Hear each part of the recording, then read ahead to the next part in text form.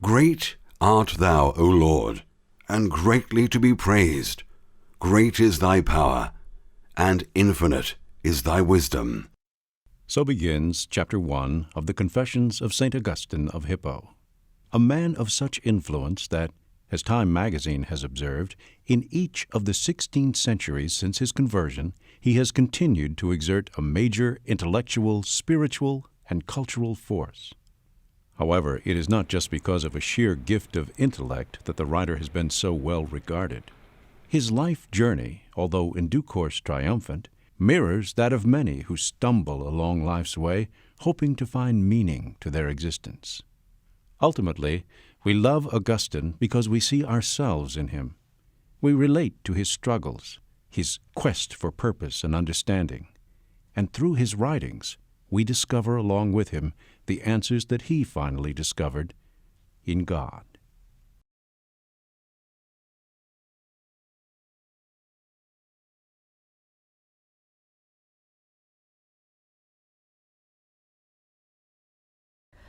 Augustine was born on November 13th in the year 354 AD to a middle-class family in Tagaste, a small town in North Africa, in the land that is now Algeria. His father, Patricius Augustinus, was a pagan, but his mother, Monica, was a devout Christian who persistently urged her faith on her children. Augustine had two siblings, a brother named Navigus and a sister whom we know from tradition as Perpetua. Although his father lacked wealth, he was active in local government. He wanted his children to have a better life, and he was quite demanding of them. He wanted Augustine to become a man of culture, but Augustine had a rebellious spirit, which caused some estrangement between father and son. Determined as she was pious, Monica was relentless in her hope that Augustine would one day dedicate himself to God, even though her pleadings often fell on deaf ears. If Augustine would not listen to her, Monica would go to the one she was certain would not refuse her, God. He was raised in a Christian home. His mother was a devout Christian. We honor her today as a saint, Saint Monica. And he was raised by this great saint. She did not have him baptized as a child. It was not the custom in that part of the world at that time. Augustine would later come to advocate the custom because he had not been baptized as an infant, and because he thinks he would have benefited from the grace of baptism, from the grace of sacraments when he was young. But his mother did not baptize him, but she raised him in the faith, and she raised him as a Christian. Augustine would later reflect on the love his mother showed through her unceasing and persistent prayers. It was an example of virtue that would remain with him the rest of his life. Although he would eventually become known as an intellectual, the young Augustine detested his lessons. Certain subjects he found to be too difficult, and others simply senseless. What on earth is the use of repeating 1 + 2 = 3? Finding games more interesting than his education, he was thrashed repeatedly in school. Augustine mused over this later in life. My mind was absorbed only in play, and I was punished for this by those who were doing the same things themselves. But the idling of our elders is called business. The idling of boys, though quite like it, is punished by those same elders, and no one pities either the boys or the men.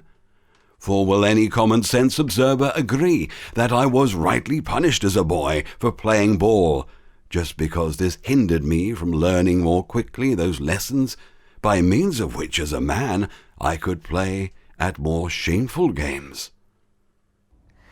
To secure a better education, Augustine was sent away at the age of 12 to Madara, an old city about 12 miles away, and pagan to the core.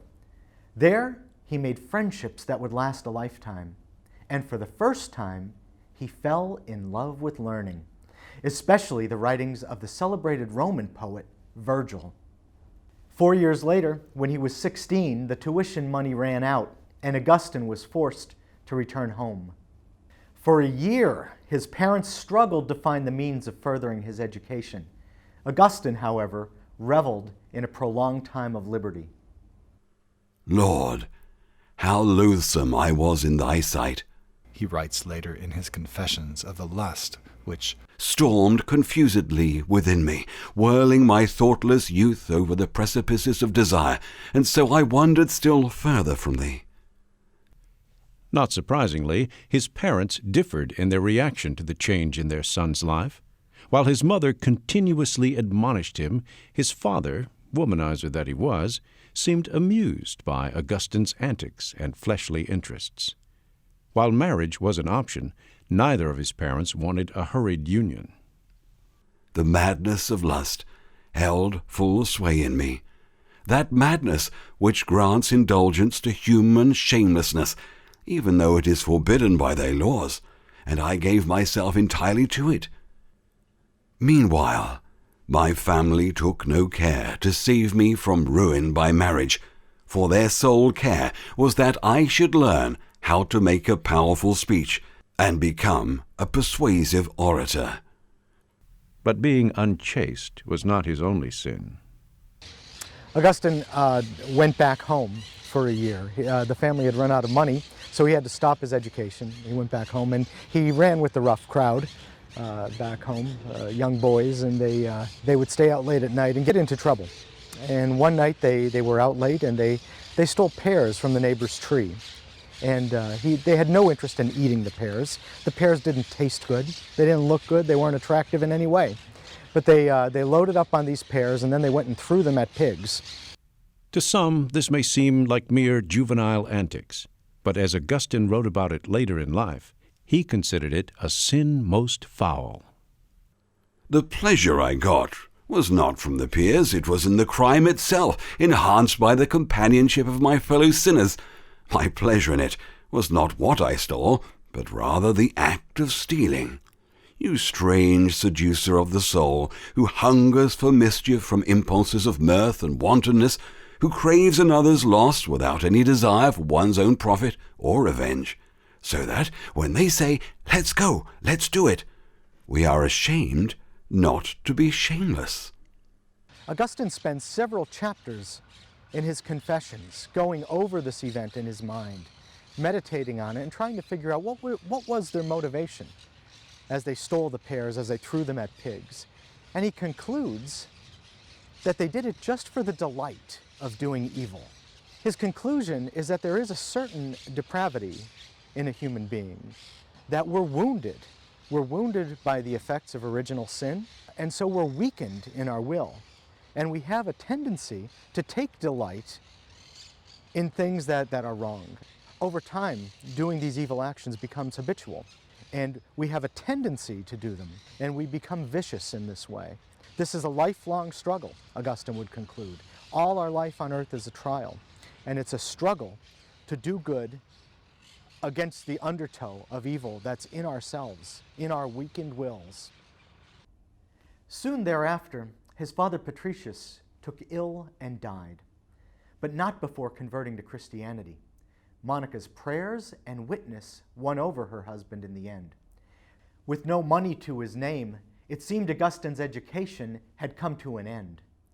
But a certain Romanianus, a wealthy citizen of Tagaste, had taken notice of the young man's promise and his talent in literature.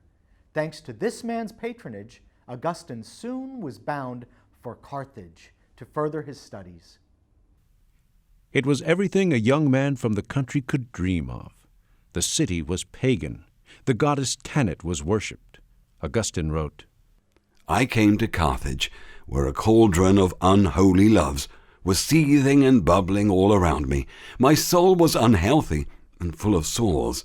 It exuded itself forth, itching to be scratched by scraping on the things of the senses. While his interest in studies did not wane, the lures of Carthage overwhelmed the young man. His father dead and his mother far away, Augustine threw himself into the delights of the city. Recalling his mother's warnings, he wrote, I ran headlong with such blindness that I was ashamed among my equals to be guilty of less impudence than they were, and I took pleasure to do it, not for the pleasure of the act only, but for the praise of it also. Ignoring his mother's warnings, Augustine took on a mistress. something not uncommon in his day, and fathered a son, Adeodatus. It must be noted, however, that Augustine and his mistress were faithful to one another. It's possible that marriage would have been forbidden for them by law due to differences in their social standing. It was illegal at the time for people to marry outside their social class. Regardless, his mother Monica did not look upon the union with much favor. Though the temptations of the flesh remained, he also became attracted to his studies. He studied rhetoric, mathematics, music, and philosophy. My unquiet mind was altogether intent to seek learning. At this time, he discovered the teaching of the Roman philosopher Cicero, who extolled the virtues of wisdom, and began to ponder how he might acquire it. But what was wisdom? And what avenue could he take to pursue it? Through his teachers, Augustine was exposed to many new ideas. Augustine was a religious seeker. He was sincere in his desire to know the truth, and he was open to anything. And so when Cicero awakened in him a desire for wisdom, he went looking for that wisdom in the place that seemed most natural to him. He went looking in the Holy Scriptures. He went looking in the Bible. But there was a problem. He expected it to be as beautiful as Cicero in the way that Cicero was beautiful. He expected it to have this learned eloquence, this gorgeous Latinity, and it didn't have it. It didn't have it. The scriptures he was using at that time were translated into a rough Latin, a vulgar Latin, so to speak. They were filled with stories that seemed kind of scandalous to him. The stories of the patriarchs taking concubines and multiple wives and committing adultery. Augustine was scandalized by these things, these rude stories of bad behavior in the ancient world, and these were supposed to be our models in the faith. When I then turned towards the Scriptures, they appeared to me to be quite unworthy, for my inflated pride was repelled by their style, nor could the sharpness of my wit penetrate their inner meaning. Truly, they were of a sort to aid the growth of little ones, but I scorned to be a little one, and, swollen with pride, I looked upon myself as fully grown. Unimpressed, the young seeker discarded the Holy Scriptures and sought for something more appealing. At the time, there was plenty to choose from.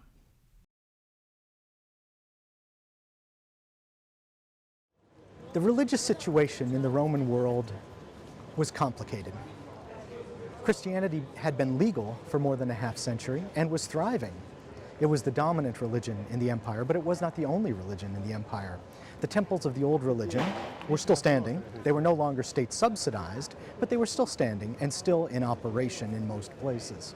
Also, there were new and exotic religions coming from the Far East. Religions like Manichaeism were arriving in Rome and enticing the locals with an exotic flavor. So the religious marketplace was pretty crowded. It was pretty noisy, and there were many voices clamoring for the attention of a young seeker like Augustine.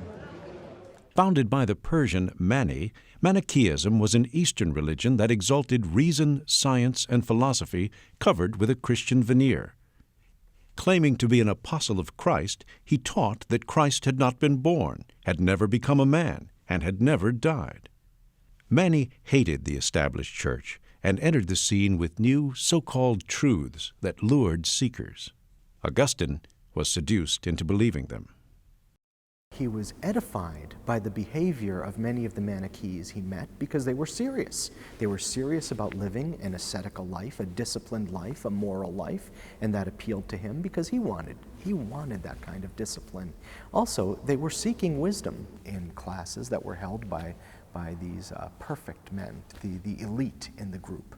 And there's something really appealing about the promise of secret knowledge. You know, we're going to give you a secret, something that nobody else knows, and it's going to unlock all the mysteries of the universe. They made a promise like that. It was an ambitious promise.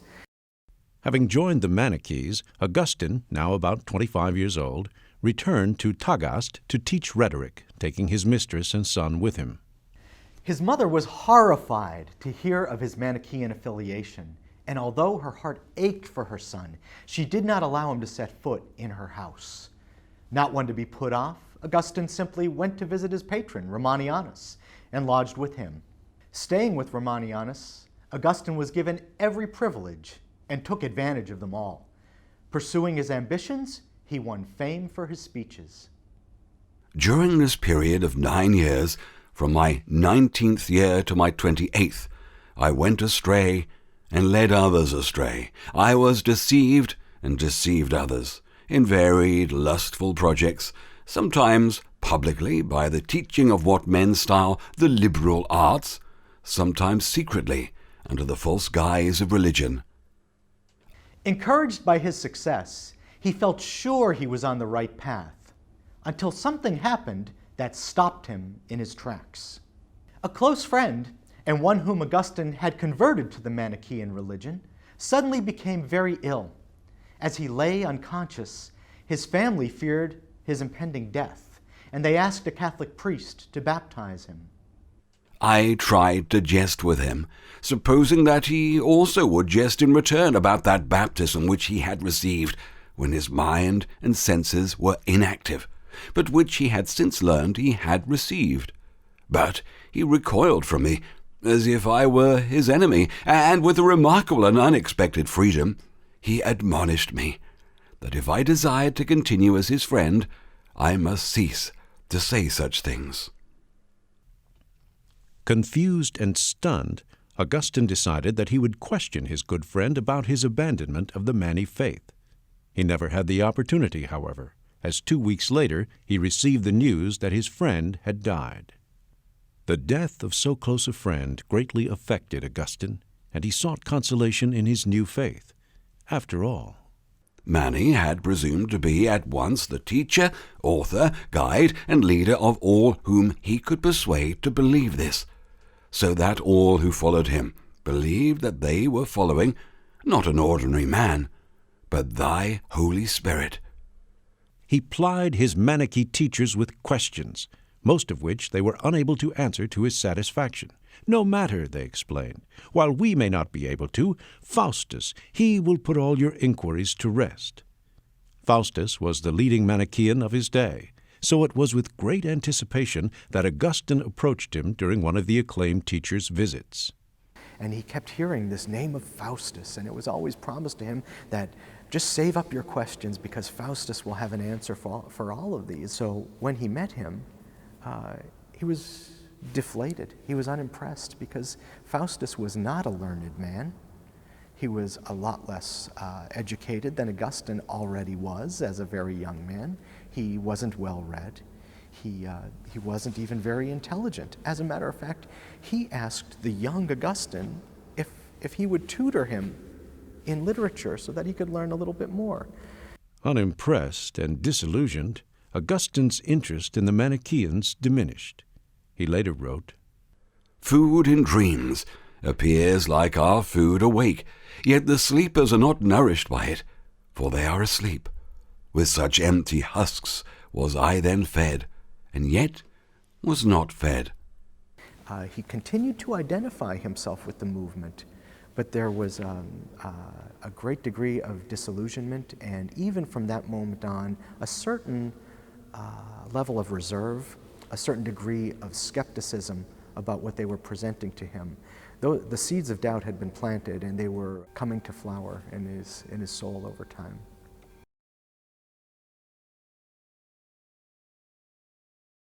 Soon after Augustine fell away from the Catholic faith, his mother began to pray in earnest. And she sought spiritual direction from many churchmen. She went to one bishop who himself had been a hearer among the Manichaeans in his own youth. but the bishop refused to speak with Augustine. He answered that I was still unteachable, being inflated with the novelty of that heresy. But let him alone for a time, he said. Only pray God for him. He will, of his own accord, by reading, come to discover what an error it is, and how great its impiety is. When he had said this, she was not satisfied, but repeated more earnestly her entreaties and shed copious tears, still beseeching him to see and talk with me. Finally, the bishop, a little vexed at her importunity, exclaimed, "Go your way, as you live. It cannot be that the son of these tears should perish." As she often told me afterward, she accepted this answer as though it were a voice from heaven. Because Monica prayed, and she prayed intensely. She prayed with tears, and that bishop knew it. That bishop was able to prophesy that Augustine would be saved. For nearly 3 years, Augustine taught rhetoric in Carthage. Disgusted with the lack of discipline he saw in his students, he longed to get away. Soon he came up with a plan. Augustine went to Carthage to catch a ship to Rome. He intended to leave his past behind him. He would be unfettered. He would be free to pursue his ambitions, to pursue his desires. But there was a problem. His mother had followed him to Carthage, and she intended to go with him wherever he went. That was a problem. So he did something tremendously deceitful. He installed her at a church because he knew she would have a desire to pray in a shrine of St. Cyprian, the great African martyr. There, she spent the night in prayer. Augustine told her, "You wait here, and I'm going to go and say farewell to a friend, and then I'll come back and pick you up and we'll go to Rome." Instead, he boarded a ship and he left.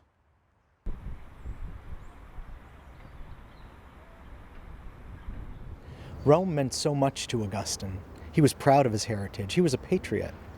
And Rome was more than a city. It was a symbol of that cultural heritage. It was the city of Virgil. It was the city of Cicero. So much of what he had learned, what he had studied, what he had pored over, what he had inherited from his ancestors.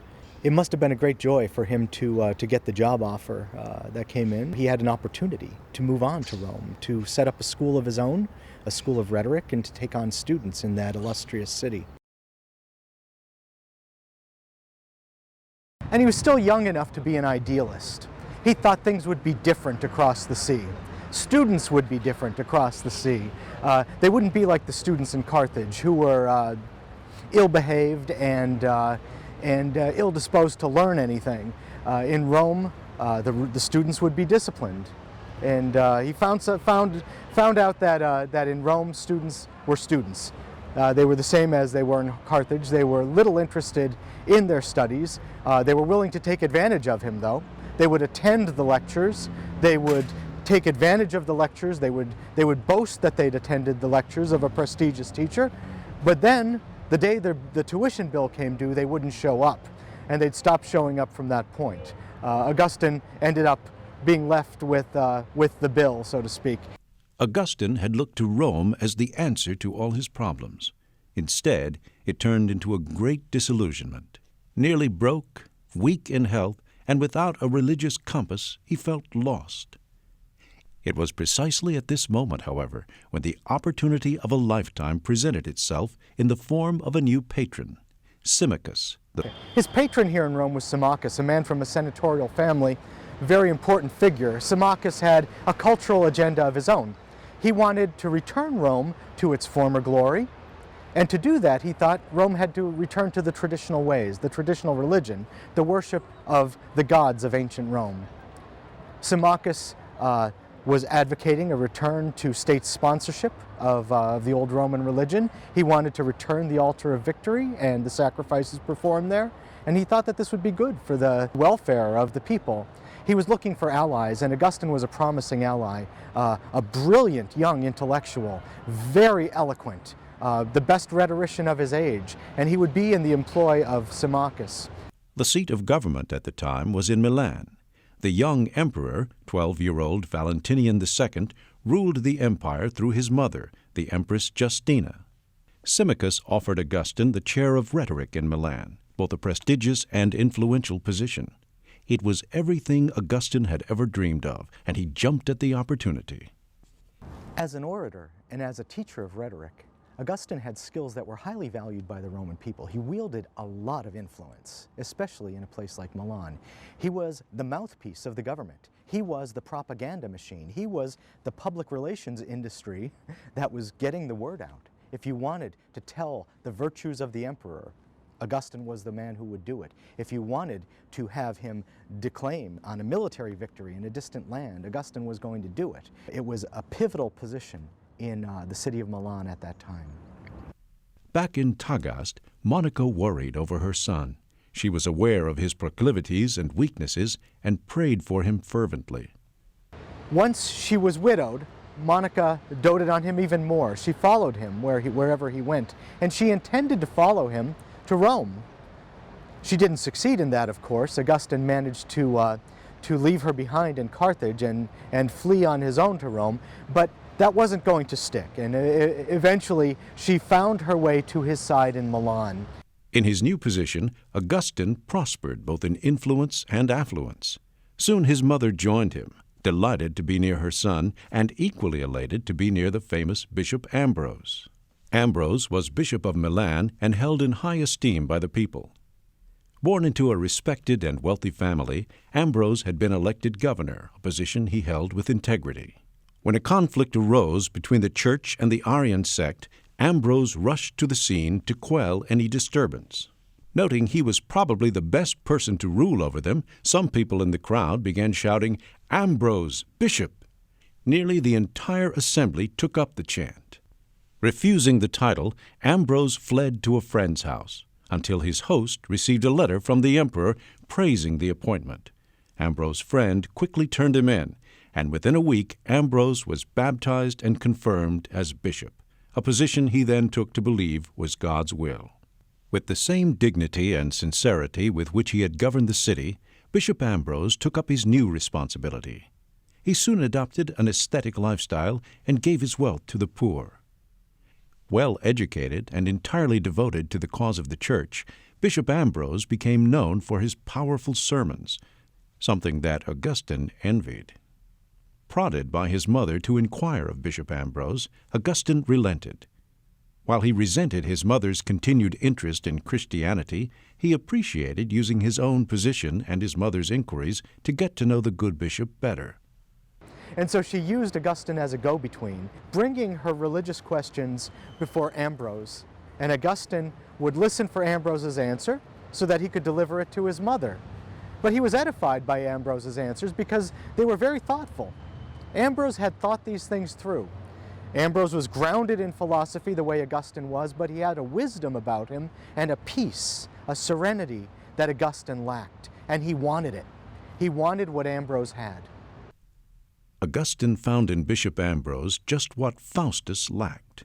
Bishop Ambrose was both an intellectual and a Christian. He was fascinated, but not yet ready to embrace the good bishop's faith. For I had my back toward the light, and my face toward the things on which the light falls, so that my face, which looked towards the illuminated things, was not itself illuminated. When he got to Milan, he found himself in the midst of a new philosophical movement, this new kind of Platonism, rediscovering Plato for a new world, a new age. And they were very excited about it. And this movement included many, many great minds. Neoplatonism was a revival of the ancient philosophy of Plato. Many intellectuals of Augustine's time found it attractive because it was open to religious ideas and experience. Milan was a great center of Neoplatonist thinking, and some of its philosophers were Christians. Ambrose used the language and categories of Neoplatonism in his own theology and preaching, and this had a profound influence on Augustine. So when Augustine arrived in Milan, he very naturally gravitated toward the company of this movement, and he was very excited by what was going on. And he was attracted by the figure of Ambrose, who was able to work with such great ideas and yet was so confident in his Christianity, was so at peace with himself. Just imagine a figure like that, a slightly older man, maybe 14 years older than Augustine, to come into your life. If there was one person in the entire Roman Empire who could spar with Augustine, it would be Ambrose. And so he gets to know Ambrose very cautiously, very hesitantly, but he draws closer to Ambrose. While Monica was pleased with Augustine's interest in Bishop Ambrose and his teachings, she was equally aware that her son was rising up the social ladder. It was time for him to take on a legitimate wife. Augustine's concubine was of a lower social standing. There was no possibility of a marriage there. It was legally impossible. So his concubine was sent back to Africa, and Monica began to arrange a marriage for him with a family that was more of their standing. It seemed brutal to Augustine at the time, but necessary. He understood why it had to be done. My heart was torn at the place where it stuck to hers, and the wound was bleeding. The concubine had a certain nobility, a certain dignity that was inspiring. In a sense, she was more mature than Augustine at that point. She said as she was leaving that she would always love him and that she would never love another man. According to tradition, she went to North Africa and she lived as a celibate. She found herself a community and lived as a servant of God from that point on. She became a role model for Augustine, and it took the broken heart, in a sense, to heal his heart forever. Broken-hearted, yet submissive to the change, Augustine's attention was soon diverted by a very difficult situation. The empire was ruled, at least nominally, by the boy emperor Valentinian II. The real power behind the throne, though, was his mother Justina. Justina ascribed to the Arian heresy. The Arians did not believe that the Christ was co-eternal with the Father, or co-equal with the Father. The religion spread. Jerome said the world awoke to find itself Arian, and it spread rapidly throughout the world. There was a great struggle between the Arian and the Catholic factions in the Christian church. Justina wanted her faction to dominate in Milan, that administrative capital of the empire, and so she wanted to take the Basilica there for her own. The Basilica in Milan belonged to the Church of Milan, whose bishop was Ambrose. Justina, the Queen Mother, however, wanted it for her own purposes, for her own heresy, really, the Arian heresy. She intended to install her own bishop, her own priests, in that basilica. The authorities first made the request of Bishop Ambrose. Not surprisingly, he declined and stood firm. And so did the Empress. So Justina intended to close in on the basilica and take possession by military might. Ambrose created an act of civil disobedience. He had his congregation occupy the basilica. They went in and they sang hymns.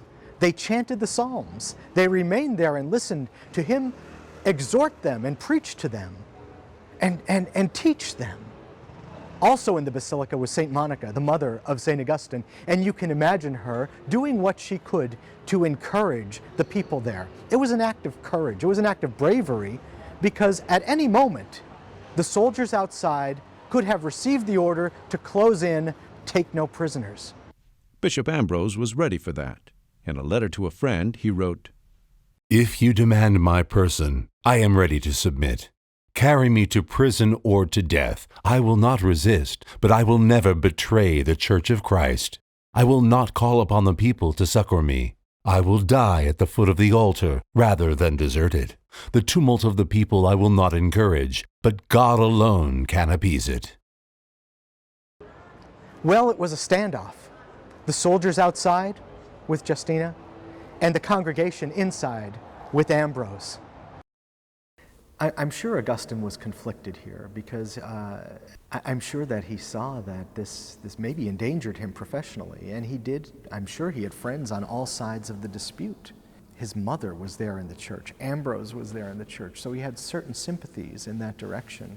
But I'm sure there was a degree of fear too. I mean, he could lose his mother, and that's a very real fear. It's a very real threat at that time. And if ever there was a man who loved his mother, it was Augustine.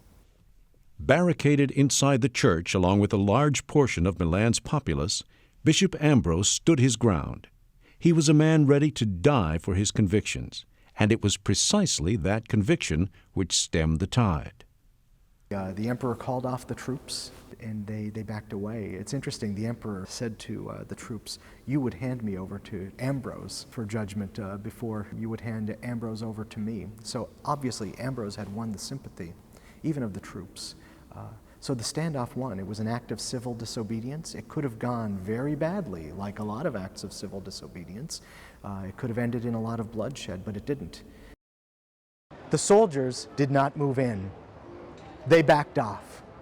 And the Basilica returned to its rightful owners, the Church of Milan, with Ambrose as its bishop.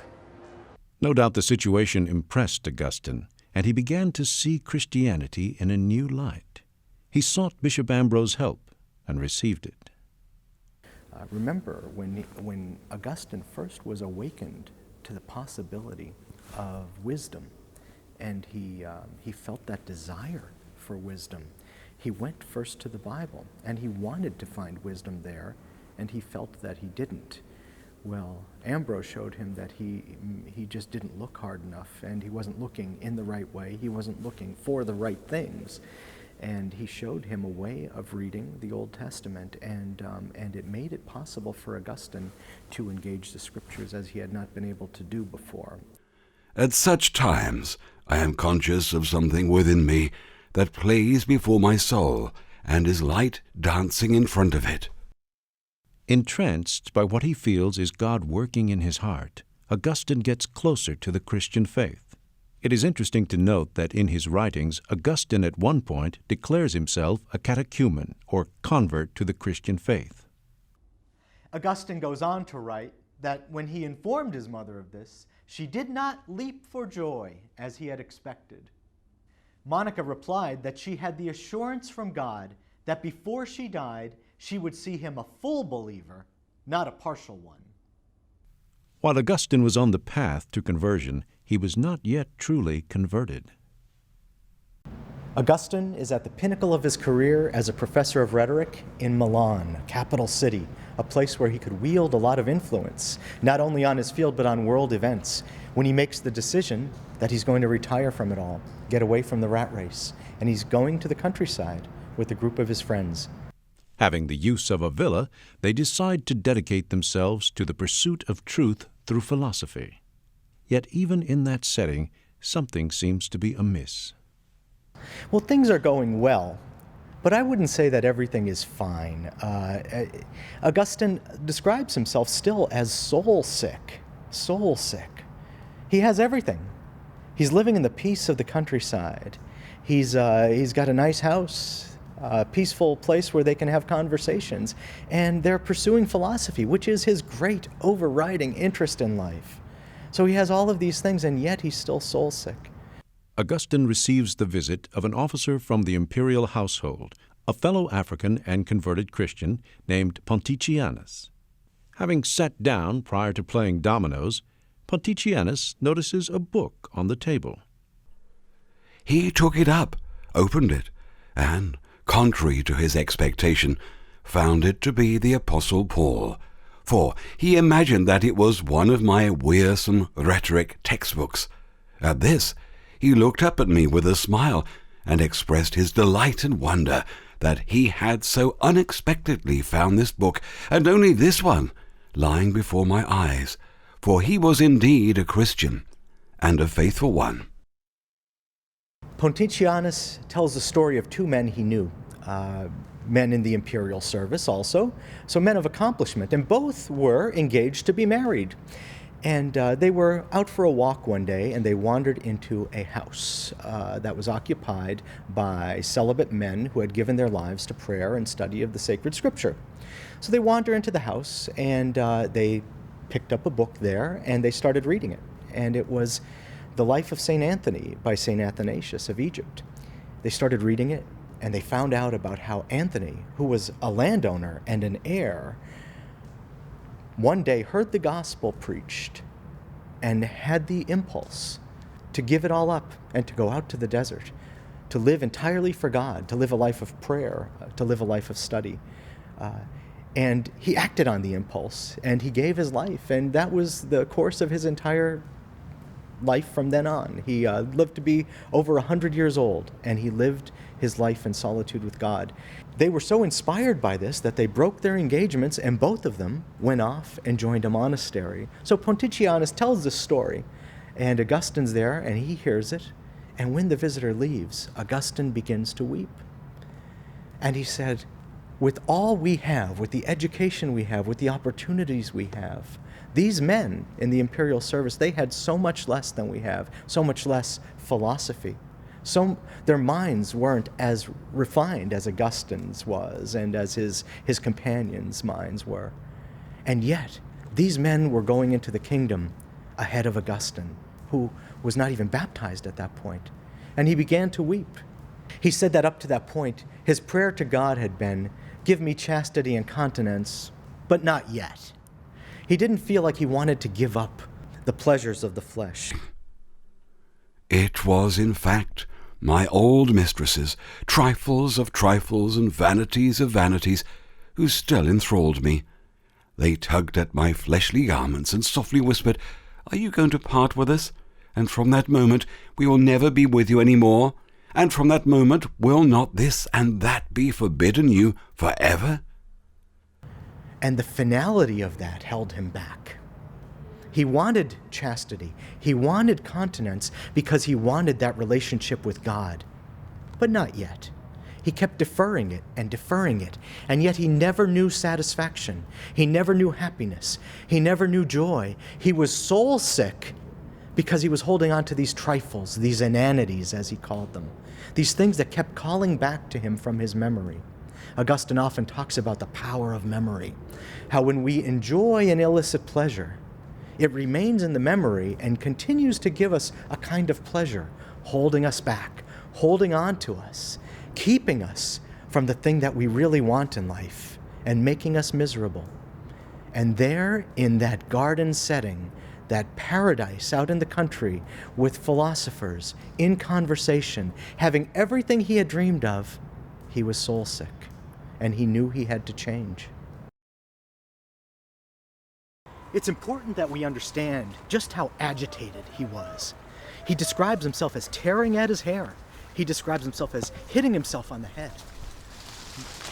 He knew that the storm was breaking inside him, and he needed to get away. He was about to start sobbing, and he was embarrassed by that. So he went out and ran into the garden. He said he put himself at a good distance from Alypius so that his sobs would not be heard.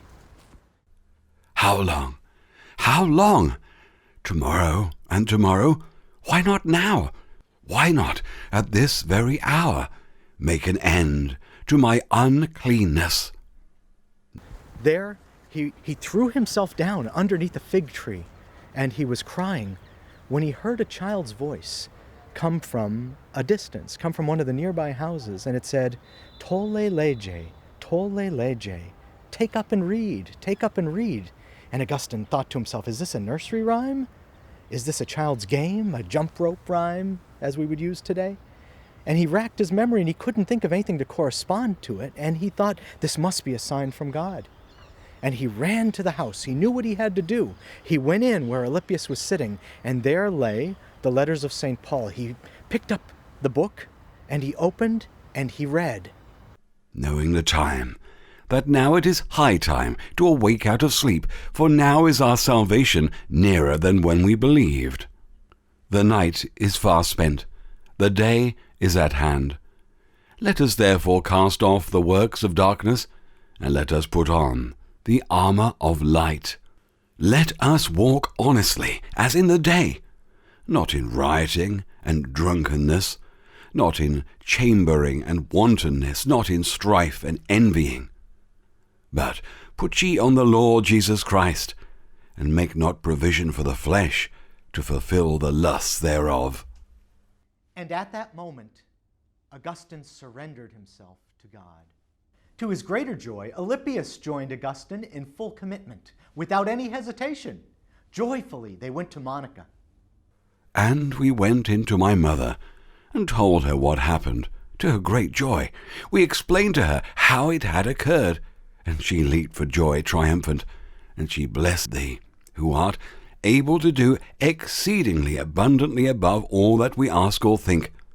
For she saw that thou hast granted her far more than she had ever asked for in all her pitiful and doleful lamentations. For thou didst so convert me to thee, that I sought neither a wife nor any other of this world's hopes, but set my feet on that rule of faith which so many years before thou hadst showed her in her dream about me. And so thou didst turn her grief into gladness, more plentiful than she had ventured to desire, and dearer and purer than the desire she used to cherish of having grandchildren of my flesh. And they carried on with great joy, anticipating their day of baptism. By the late 4th century, the Church had a very established process of initiation. Becoming a Christian was not simply a quick choice by show of hands. Christians faced persecution, and as such, the convert or catechumens needed to have a clear understanding of doctrine and what becoming a Christ follower would demand. Instructed by teachers, the catechumen would journey through the basics of the Christian faith, retracing the story of the fall and redemption. Although he had knowledge of many of these things, Augustine took the form of a student once again and humbled himself to learn. His son, Deodatus, by now nearly 15 years old, joined him in conversion. The instruction period could last up to 6 months. On the night of Easter Vigil, leading up to the time of baptism, the bishop would read many readings from the Old Testament that told the entire history of salvation in outline. You know, the story of Abraham and Isaac, the story of Moses taking the people through the Red Sea, readings from the prophets leading up to the time of Christ and the Paschal mystery, the mystery of Christ's passion and of his Passover, and how those mysteries fulfilled all of the things that had been anticipated in the Old Testament. The bishop would open up these mysteries to the congregation, and the people would be taken into the baptistry. Augustine was baptized completely naked. You know, he had to take off his clothing and go down into the waters. And there, the bishop would plunge you into the waters 3 times in the name of the Father and of the Son and of the Holy Spirit. And he would be baptized with that timeless formula, that formula going back to the beginning, just as people are baptized today. And be brought up out of the waters and given a new garment, a white garment, to symbolize this pure life that he was now living, the life of Christ, life in God. There's the purity of the garment to symbolize the taking away of all the sins of his past life. Just imagine the joy Augustine must have known at that moment. With his mother present, Augustine, his son Deodatus, and his close friend Alypius were all baptized by Bishop Ambrose. One can only imagine what a cherished moment this was for Monica, who had so fervently and faithfully prayed for the conversion of her son. Soon thereafter, a decision is made to return to North Africa. Augustine and his companions began their journey home to Africa.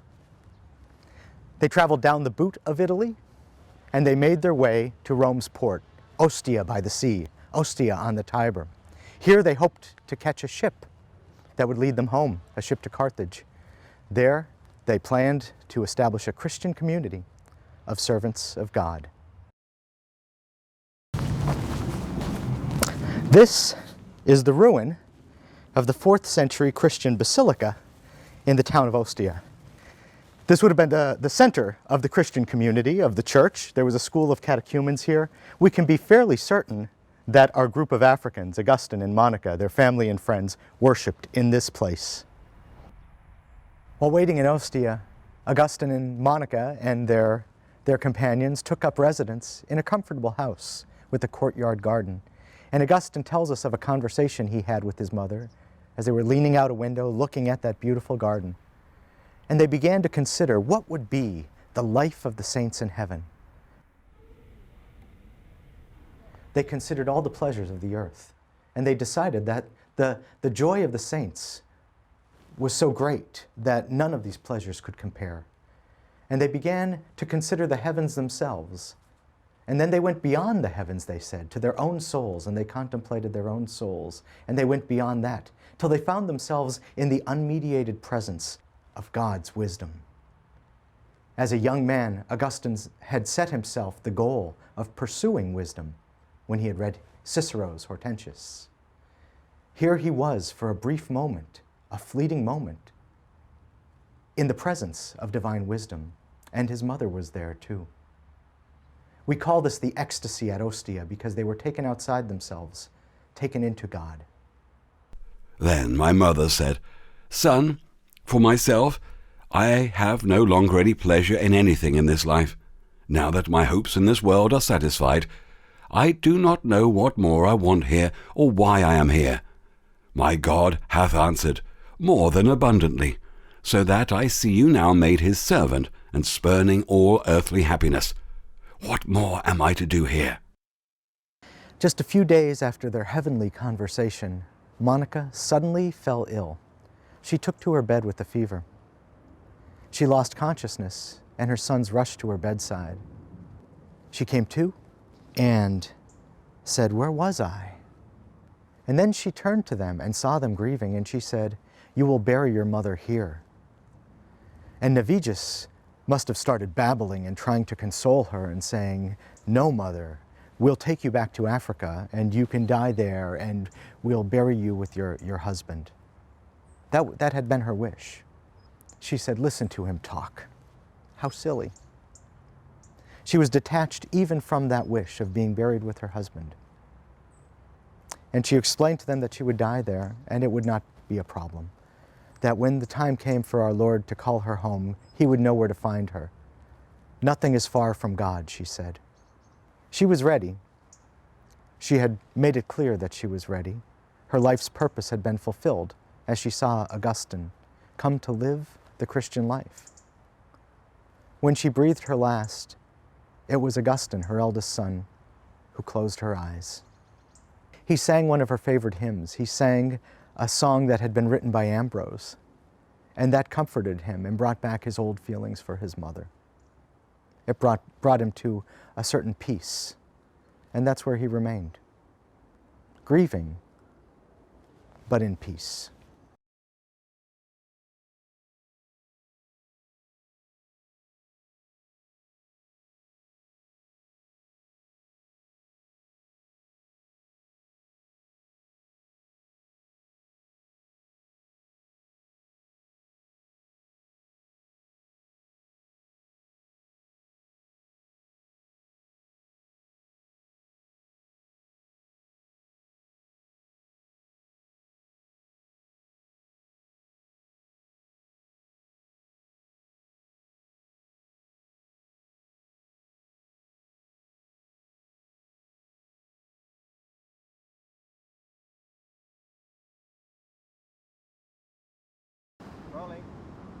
Augustine set out from these waters on the long voyage back to Africa.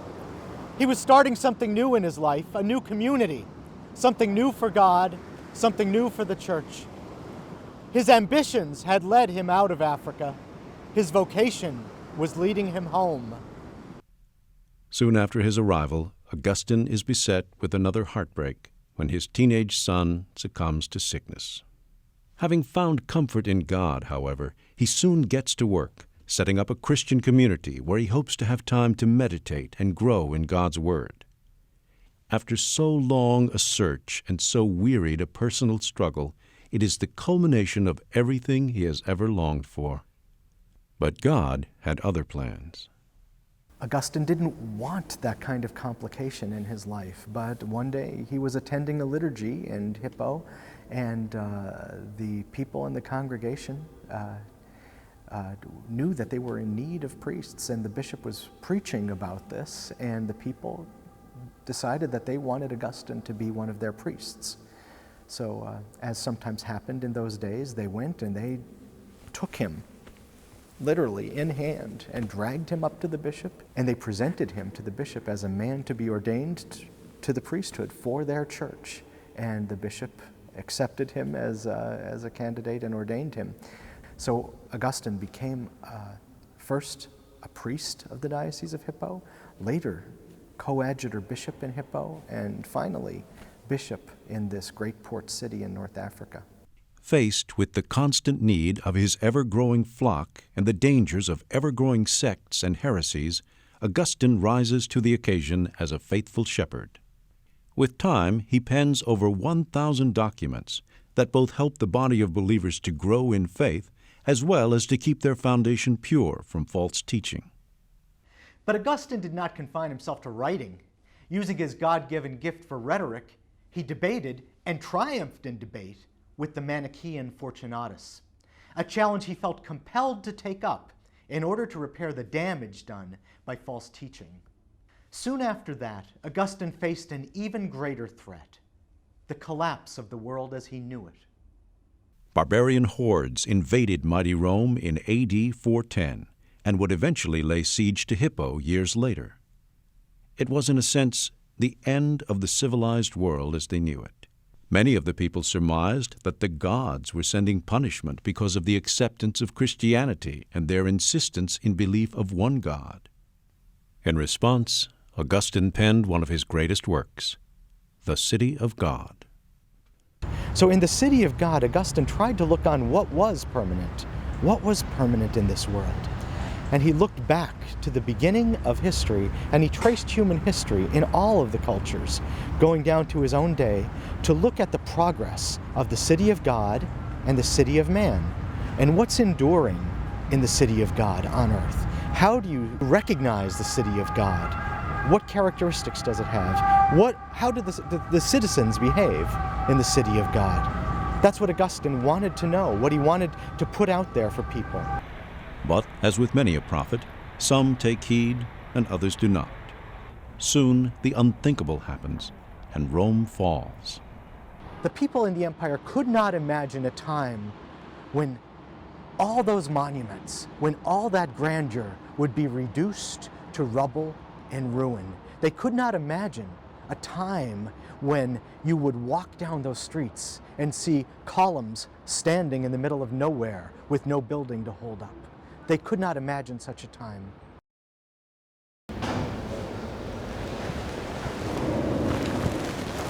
The legacy of Augustine is vast, his influence profound. His books are requisite in any serious library. Thinkers must still contend with his thought. Churches are named after him, like this one in Rome. His mother Monica still is a formidable presence in the Christian world.